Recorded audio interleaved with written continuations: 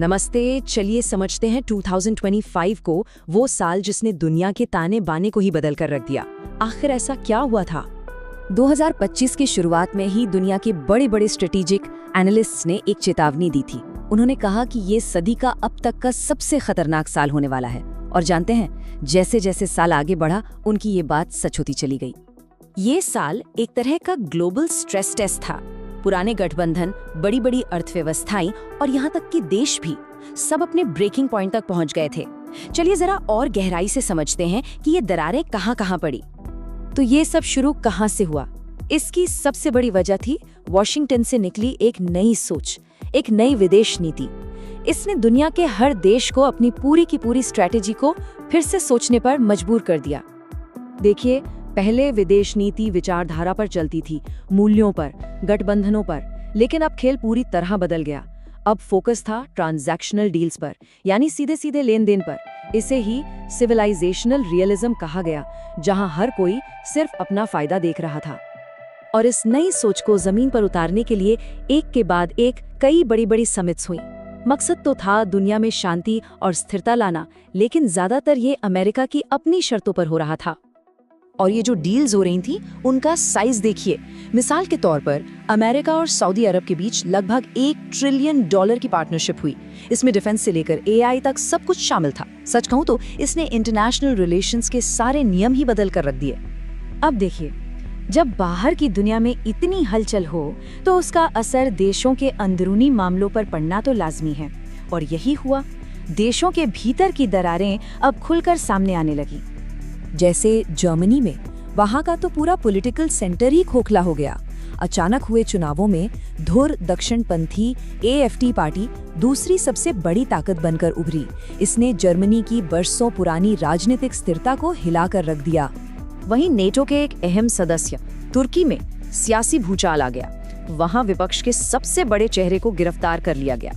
इसके बाद जो विरोध प्रदर्शन हुए, वो पिछले एक दशक में सबसे बड़े थे। बांग्लादेश में भी क्रांति के बाद सरकार ने एक बड़ा सिक्योरिटी क्रैकडाउन शुरू किया, जिसका नाम था ऑपरेशन डेविल हंट। इसमें हजारों लोगों को गिरफ्तार किया गया।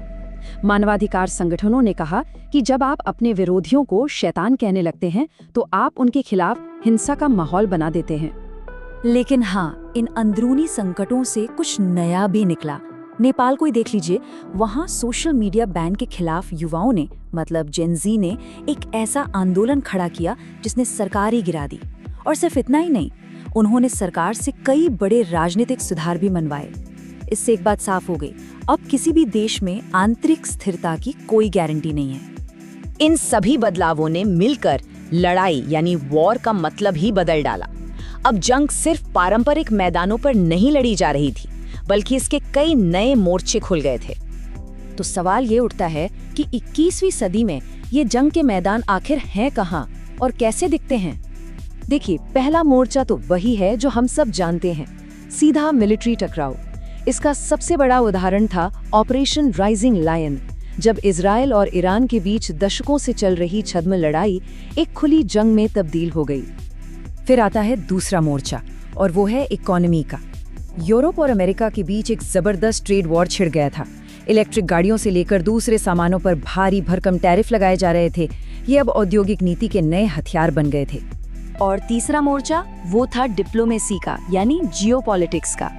दक्षिण एशिया में एक नाटकीय मोड़ आया जब बांग्लादेश ने अपने पुराने साथी भारत से थोड़ी दूरी बनाई और चीन और पाकिस्तान के साथ एक नई रणनीतिक दोस्ती की तरफ कदम बढ़ाए।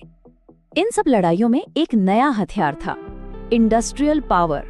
और चीन ने जो किया, वो इसका एक कमाल का उदाहरण है। सोचिए, सिर्फ 5 महीनों में चीन ने इतनी सोलर पावर कैपेसिटी लगा दी जितनी कई देश मिलकर भी नहीं लगा पाते। लेकिन इस जबरदस्त इंडस्ट्रियल पावर का एक दूसरा पहलू भी था। इसके शिकार भी हुए। यूरोप का एक सपना था अपनी ग्रीन सप्लाई चेन बनाने का। ये सपना तब टूट गया जब उसकी सबसे बड़ी बैटरी कंपनी नॉर्थवोल्ट दिवालिया हो गई। तो इन सबको मिलाकर देखें तो तस्वीर क्या बनती है? हम एक ऐसी दुनिया में हैं जिसे स्ट्रैटेजिक सॉलिट्यूड या रणनीतिक अकेलापन कह सकते हैं। इसका सीधा सा मतलब है कि अब पुरानी दोस्तियों और गारंटियों पर कोई भरोसा नहीं कर सकता। हर देश को अपने दम पर ही अपने हितों की रक्षा करनी है और इसके लिए वो नए, लचीले और अक्सर अस्थायी रास्ते अपना रहे हैं। और ये चीज हमें 3 तरह से साफ साफ दिखती है। 1, नेटो जैसे पुराने गठबंधन कमजोर पड़ रहे हैं। 2, देश अब किसी एक खेमे में नहीं है, वो हर किसी के साथ दांव लगा रहे हैं। और 3, शांति अब कोई नैतिक मूल्य नहीं बल्कि एक सौदा बन गई है जिसकी खरीद फरोख्त हो रही है। तो कुल मिलाकर कहानी ये है कि 21वीं सदी की शुरुआत वाली जो स्थिर दुनिया थी वो अब बिखर चुकी है। अब हम एक ज्यादा अस्थिर, ज्यादा लेन देन वाली और ज्यादा खतरनाक दुनिया में जी रहे हैं। और ये सब हमें एक बहुत बड़े सवाल पर लाके खड़ा कर देता है, इस रणनीतिक अकेलेपन और सौदेबाजी वाली शांति की दुनिया में आगे क्या है? क्या इससे एक व्यवहारिक स्थिरता आएगी या फिर हम और ज्यादा अराजकता की ओर बढ़ रहे हैं?